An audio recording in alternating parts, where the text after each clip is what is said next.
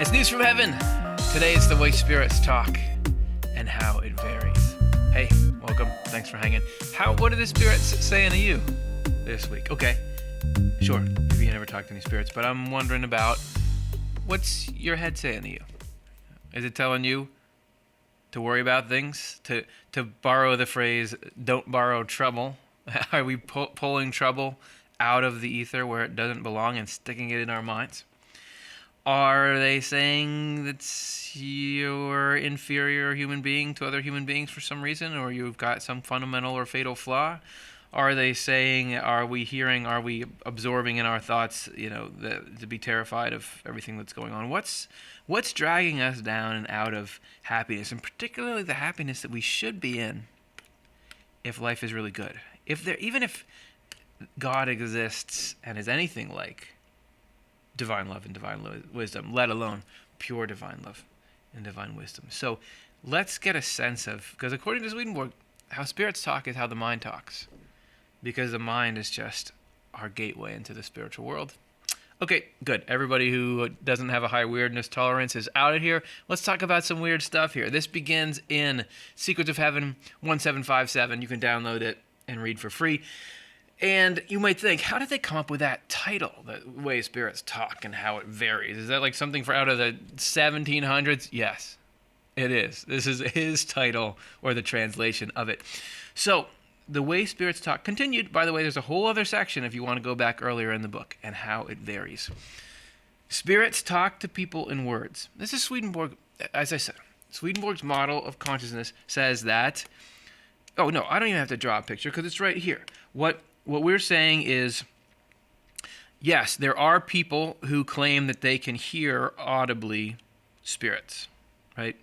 And spirits being any of us that are dead, people, those of us who aren't in a physical body. We technically are spirits right now, but you got a body as well. You're not aware of that. But some people can hear spirits. People hear voices. Is there a difference? Who knows?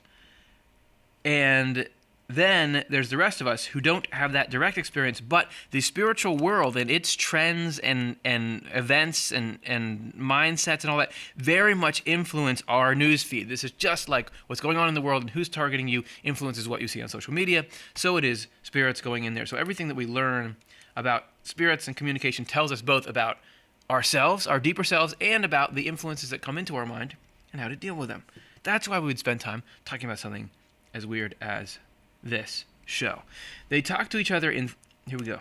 They talk to each other in thoughts, however, which are the source of words and which combine to form whole concepts. So, you go somewhere, let's say you speak English like I do, and I go somewhere and I don't know how to speak the language that's there, and instead of saying, well, you should have learned the language, I say, okay, I'll speak English to you a little bit here. Spirits are willing to say, okay, I'll talk to you in words.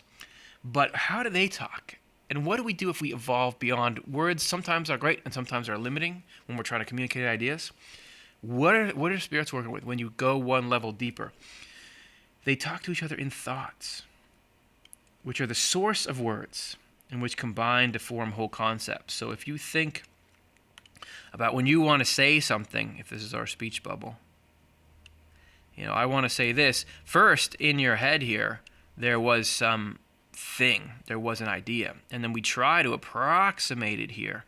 But here, it's this core of the idea right from one person to another person. Much more efficient and much more true to what's really going on inside. The individual thoughts are not as dim and vague as they are in people still living in their bodies, but are sharp and clear as the words of speech. Yes, because it could be that when I was drawing this amazing Van Gogh here, you're saying, well, thoughts, sure, but I don't even know if I feel that distinct. Could you represent my train of thought like you do my train of speech? Because we have the spirit inside, and yet there's a body around it here. We are aware of thoughts, but not as clearly. We don't have this direct access to what they are. That when you get into the spiritual side of life, the mind and what makes it up shines out and is clear. So that thoughts there somehow are as clear and as have as clear borders on them and are as useful as a communicative tool as words are here, but still with this direct connection to what we mean in our hearts. So there you can have, and as he says, there are individual thoughts, sharp and clear as the words of speech. Discrete unit is, what, did I read this thing? Okay, let me just read this paragraph again. I thought we just did. Go back and check the tape. Our thinking becomes more distinct and clearer. Oh, sorry. Yeah, this was it. Combine to form whole concepts. Never mind. Sorry, paragraph. We'll read you in a second. They combine to form whole concepts. So just like, it's not like a thought. We think of a thought as something that you would then express in many words. It sounds like what he's talking about here, though, is you have, that's a thought, here's a thought, here's a thought, and here's a thought. And those thoughts can go together to form an idea. Something that you communicate. Can you tell that words are a problem with my inability to use them here? We need to get this guy off the words. That's for sure. Now this paragraph. Our thinking becomes more distinct and clearer after the body is discarded. No offense. And each thought then separates out to serve as a discrete unit of speech. This is what I was drawing here. But just think about, okay, we're hearing about spirits, which is weird. But now we're going into the things that make up your mental experience, your experience of life. They can actually be looked at and separated, and they can be units, and if there isn't order and structure, like if you peer at your body under a microscope, there is this amazing cellular world where all these things are just little lines, and you can so well tell this is one thing, this is the next thing, here's how they interact. But yet when we're talking about our internal world, this confusing mess that often is weaving these stories that really distress us, you can break that down. Like, you can look at that under a microscope and find out just what is false and should be removed and where the truth should fit in, that there can be that kind of order and sunlight brought to the mind. To me, this is one of the greatest promises in the world Swedenborg describes. Darkness dissolves with the body. Body's fine. How we are now is fine, but we're crawling before we walk, freeing the mind of the fetters that bind it and so the fog that envelops it. Our thinking becomes more spontaneous, and as a result, we more readily see, grasp, and vocalize specific ideas. And that's an upgrade everybody gets. And wouldn't that be cool to just be able to, if there's something on the tip of your brain and you care about that thing and you can't put it down on paper, you can't put it into words, that's frustrating. But to be able to just sing that out when it comes, that's cool. Spirits talk. So now that we're done talking about us, let's talk about spirits, people who are in the afterlife. Spirits talk in different ways.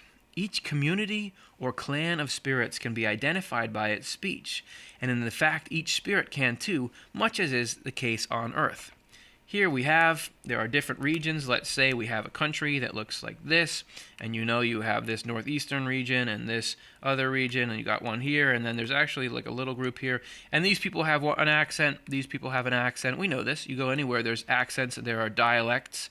That's true in heaven as well, in the spiritual world as well. There, it's not just geographic, but it's because everywhere where you end up has to do with what do you love? What do you care about? So the spirits that are up in this region are there because if it's northeast, maybe they have a love for a particular kind of truth, a love for goodness in this certain way, and because of that affects their ideas, which affects their speech, because it's the same thing.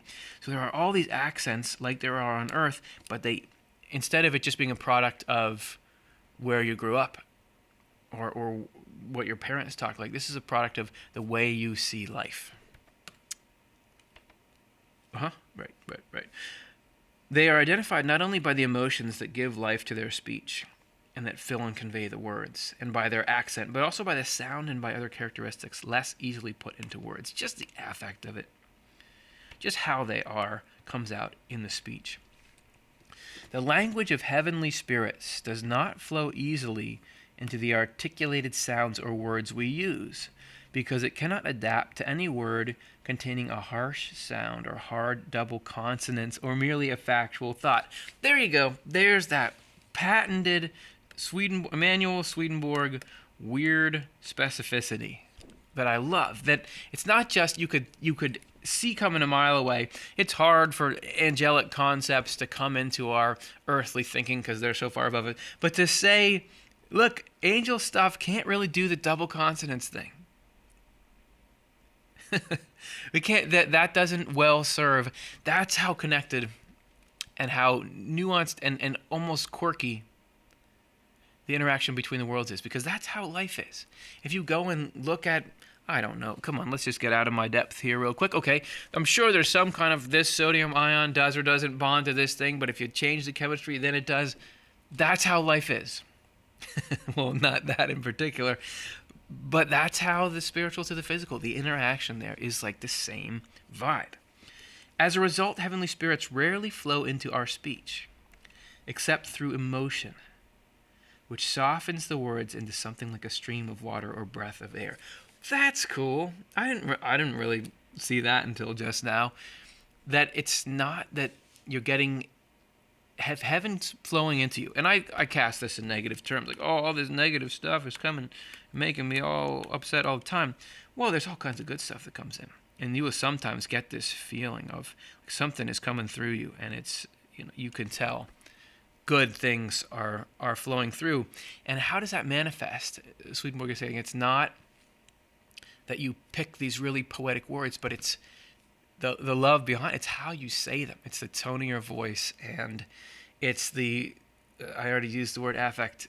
Oh, if only I had angelic words. It's the affect that you do it with. That's where you can see heaven. And you can tell sometimes when somebody's talking, and you can even see it in movies. There's sometimes somebody gives this like really beautiful, moving speech because they're a good actor.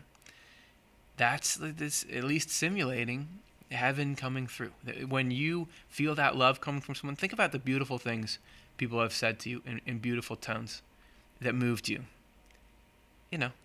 Provided it's a genuinely out of love and they're not manipulating you or something, then could that be heaven coming through? Spirits who are midway between heavenly and spiritual, because heavenly is more love-oriented, spiritual is more intellect-oriented, and again, if we're looking at our map, that would be, over here, let's say we're a little more heavenly, and over here we're a little more spiritual. The spirits that are getting near the border, there's going to be less of an accent because of where they are. What are they like? Have a sweet kind of language that flows along like the gentlest of breezes, caressing the listening ear and softening the actual words. It is also swift and sure. So, because they've got a lot of that wisdom in there too, it's got some edges to it. The reason for the fluidity and charm of their speech is that the heavenly goodness present in their thoughts has the same qualities, and that there's no discrepancy between their words and their thoughts. This, again, when something's genuine, it moves us. All sweet-sounding harmony in the other life comes from goodness and charity. So what I was describing earlier, if there's some actor that's portraying love, because you can have an actor that, hasn't recently been, that there's all these scandals where you find out people who you really loved on screen have actually done all kinds of horrible things. And that's devastating when you really connected with the performance of theirs. Well, in the spiritual world, the only way to get a real love like that showing through is that there's love behind it, and that's when something really corresponds. All right, more. The language of those who are spiritual is also fluid, but not as soft and gentle. They speak more than others. So again, getting into a sort of intellect, mind-oriented, I got more to say, and it's not quite as soft, but there's a use to it. I can provide the information. You got to have the spiritual and the heavenly. That's why heaven has both of them. In case this is all making us too happy, let's think about the negative side. Because when we're impelled to speak, and when our emotions are showing through with us, sure, sometimes it feels like it's heaven flowing on through, but sometimes it's hell. Sometimes I know, afterwards at least, in reflecting, this is me bringing hell, or whatever you want to call it, into the world. So what's that side of it like? Evil demons, and in Swedenborg's lexicon, that would be whoever prioritizes love of harming others and finds joy in that and makes that what they want to do. You can call them a demon. Are also capable of speaking smoothly, but only to the outer ear. On a deeper level, their speech grates because they are simulating goodness rather than responding to it emotionally. So the purpose is upside down. An expression of goodness is meant to be on top. And it's what leads to some kind of outpouring of communication. But there, it's really, some evil motive is on top. And that is using an outpouring that is falsely made to look like that love. So to an observer, if we're down here, oh, there's love here, but it's not. It's just supposed to look like there is. And that is against the nature of what we're hoping everyone does. when you are dealing with somebody who's telling you, look, you need to get your transmission fixed in your car and it's going to cost $4,000. I would love to know if you're telling me the truth or not, because do you have an ulterior motive because you want to make money off of it and you're going to devastate me financially? Man, it would be nice if you could just tell that. Their speech can also lack smoothness. And then the discrepancy with their thoughts is perceived in their speech as an undercurrent. There are spirits who act on us not in such a stream-like way, but by vibe. Okay, good.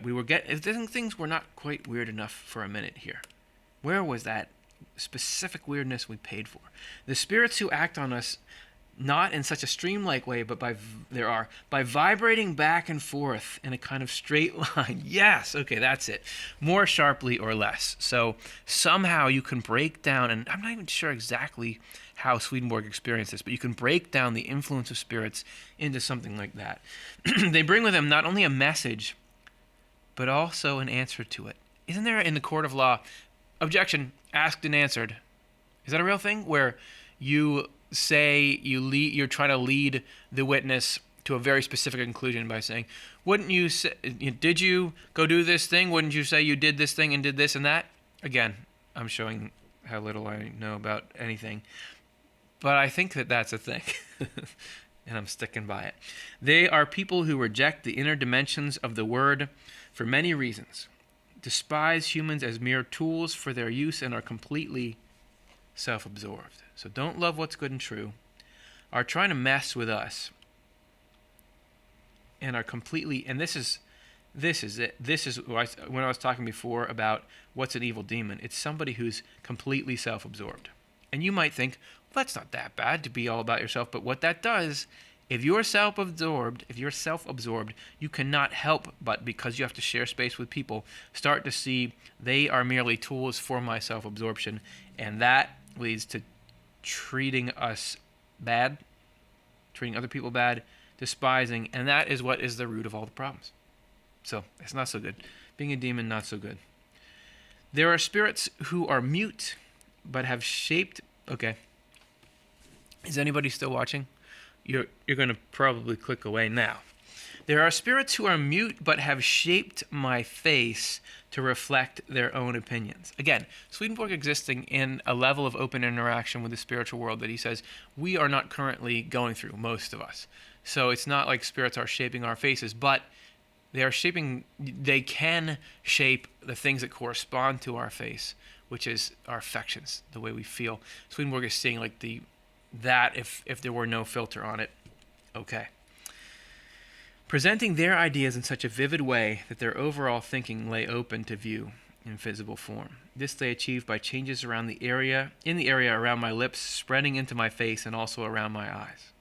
When they were communicating their more profound thoughts, they worked in the area of my left eye, if they were dealing with truth and the desire for truth, and around my right eye if they were dealing with goodness and the desire for goodness. For what it's worth, this channel, Off the Left Eye, is because what we're trying to communicate in is this truth and the desire for truth, hoping it leads everybody, all of us, once we get some concepts, to goodness and the desire to goodness, because that's going out and living it. And that's what this is all for. Even when we're off talking about the way spirits talk and how it varies, the point is to try to get us to truth and a desire for truth, which leads to goodness, which leads to the dispelling of all this stuff, which not only makes us unhappy, but makes us less productive and less able to reach out to others. That the theory is, if we were aware of the actual goodness of divine care, and that people are people just like us, we would have a multiplying effect. we would go out and make the world better, or allow the divine to work through us to do that. And that's the news from heaven. Yeah, we stopped right in the middle of this explanation. There's more. You can download the book, continue to read there, more fascinating details. But let me know in the comments, does this instill a desire for goodness, or the expression of goodness? Even though it might seem like this is a strange piece of the puzzle, does that puzzle, as we complete it, improve life? We'd love to hear it there. Join us for the Off the Left Eye experience. Come hang out this summer. 3-day weekend where we dive into these concepts, try to really see them from all angles, and figure out how can we make this a part of our life, that even though your neighbors may not understand why you're into something like this, they will certainly love the output. That we'll go and talk about spirits and things, and other stuff. We're not this far out, but when it comes down to it, it leads to very rational, civically responsible, love-based behavior and way of being in the world that everybody benefits from. That's the point. Okay, thanks for letting me go through this. Really enjoyed it. I hope you're having a good day, and I hope that tomorrow's way better even. All right, see ya.